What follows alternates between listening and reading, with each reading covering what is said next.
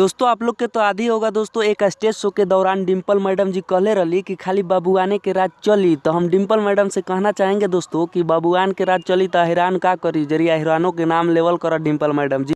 बाकी आप लोग के बता दे दोस्तों कि हैरान स्टार टुनटुन यादव एक बहुत ही ब्लास्ट गाना गा दिए हैं दोस्तों, जिस गाना का टाइटल है रात भर नचाई रे डिम्पलवा जी। ये गाना बहुत ही कमाल का गाना है दोस्तों, और इनके ऑफिशियल चैनल पे रिलीज है दोस्तों, टुनटुन यादव ऑफिशियल चैनल पे। तो जाकर सुनिए और ढेर सारा आशीर्वाद प्यार दीजिए दोस्तों।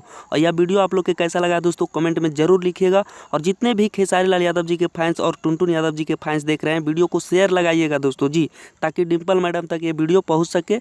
बाकी हमारा अपडेट आप लोग के कैसा लगा दोस्तों जरूर कमेंट में लिखिएगा। अपडेट अच्छा लगा तो वीडियो को लाइक और चैनल को सब्सक्राइब करके जुड़ जाइएगा दोस्तों। यहाँ पे दबंग सुपरस्टार खेसारी लाल यादव जी के हर न्यूज हर खबर सबसे पहले देखने को मिल जाता है दोस्तों। धन्यवाद दोस्तों, फिर मिलेंगे बवाल खबर के साथ।